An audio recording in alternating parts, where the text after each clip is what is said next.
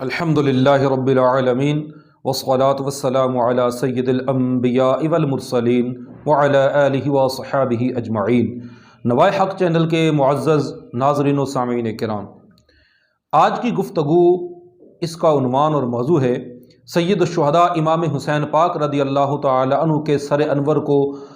مقدس جسم سے جدا کرنے والے بدبخت شمر ذی الجوشن کے حوالے سے، کہ یہ کون تھا، کب پیدا ہوا، اس کے والد کا نام کیا تھا اور اس کو ذی الجوشن کیوں کہا جاتا تھا، اس کے والد نے اسلام کس موقع پر قبول کیا۔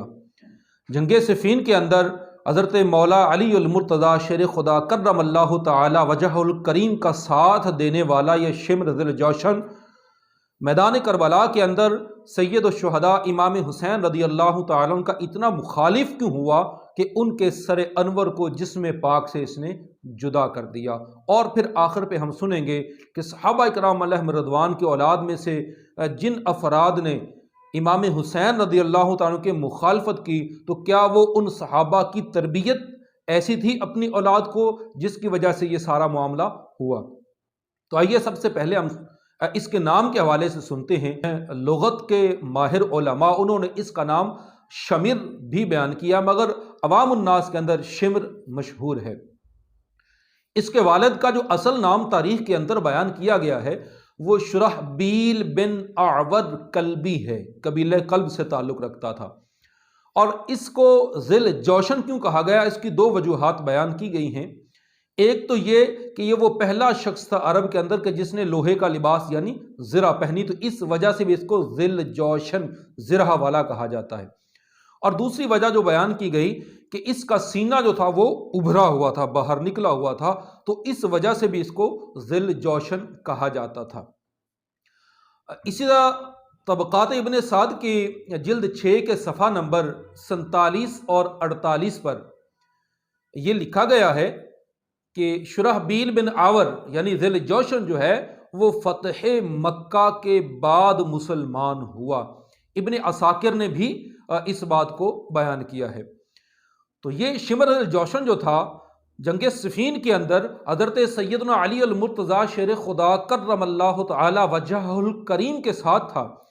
اور مشاجرات صحابہ کے اندر بالخصوص حضرت امیر معاویہ رضی اللہ تعالیٰ عنہ کے ساتھ ہوں یا حضرت سیدہ عائشہ کائنات رضی اللہ تعالی عنہا کے ساتھ ہوں، تو ان مشاجرات کے اندر ہمارا موقف ہے کہ سیدنا علی المرتضیٰ شیر خدا کرم اللہ تعالی وجہ الکریم کا اجتہاد مبنی بر حق تھا۔ تو جنگ صفین کے اندر اس شمر نے حضرت علی المرتضیٰ شیر خدا کرم اللہ تعالی وجہ الکریم کا ساتھ دیا، اور پھر بعد میں یہ خوارج کے ہتھے چڑھ گیا۔ انہوں نے مختلف طرح کی سے لالچ دیے، دولت، شہرت، عورتوں کے ساتھ نکاح، یہاں تک کہ اس بدبخت کا ذہن تبدیل ہو گیا، اور پھر یہ مقام کربلا کے اندر سید الشہداء امام حسین رضی اللہ تعالیٰ کی دشمنی پر اتر آیا۔ اور بعض تاریخی شواہد تو یہ بھی بتاتے ہیں کہ اس بدبخت کی کمینگی اس حد تک بڑھ گئی کہ اس نے عبید اللہ ابن زیاد کو اور پھر عمر بن سعد کو ابھارا کہ امام حسین رضی اللہ تعالیٰ عنہ کے قتل سے دریغ نہیں کرنا تم نے، یعنی اصل محرک بعض تاریخی روایات کے حوالے سے، جیسے ابن سعد نے بھی طبقات کے اندر اس کو بیان کیا ہے، اور اسی طرح ابن عساکر نے تاریخ مدینہ دمشق کے اندر بھی اس کو بیان کیا ہے کہ اس نے ان کو اور زیادہ اس بات پر ابھارا کہ تم دریغ نہیں کرنا۔ اس کی کمینگی کی انتہا دیکھیے کہ جنگ صفین کے اندر تو حضرت علی رضی اللہ تعالیٰ کا ساتھی ہے، مگر مال و دولت، عزت، شہرت، حکومت، اس کے لالچ میں اتنا بدبخت ہو گیا کہ اسی سیدنا علی المرتضیٰ رضی اللہ عنہ کے شہزادہ پاک حضرت امام حسین رضی اللہ تعالی عنہ کا سر انور جسم پاک سے جدا کر دیا۔ اور جن اصحاب کی اولادوں نے امام حسین پاک رضی اللہ تعالیٰ کی مخالفت کی ہے کربلا کے اندر، تو اب یہ سمجھنا کہ یہ ان اصحاب کی تربیت ایسی تھی، خواہ وہ عبید اللہ ابن زیاد ہو، خواہ وہ یزید ہو، خواہ وہ یہ شمر ہو،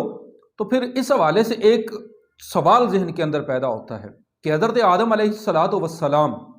ان کے بیٹے قابیل نے اپنے ہی بھائی کو قتل کر دیا، تو کیا اب اس قتل کی ذمہ داری حضرت آدم علیہ السلام پر ڈالیں گے کہ ان کی تربیت ایسی تھی؟ یا حضرت نوح علیہ السلام ان کا بیٹا کافروں کا حمایتی اور ساتھی بن کر کافر ہو کر مرا، ایک پیغمبر خدا کا بیٹا کافر ہو کر مرا، تو کیا اب اس کا الزام حضرت نوح علیہ السلام کو دیں گے کہ ان کی تربیت ایسی تھی؟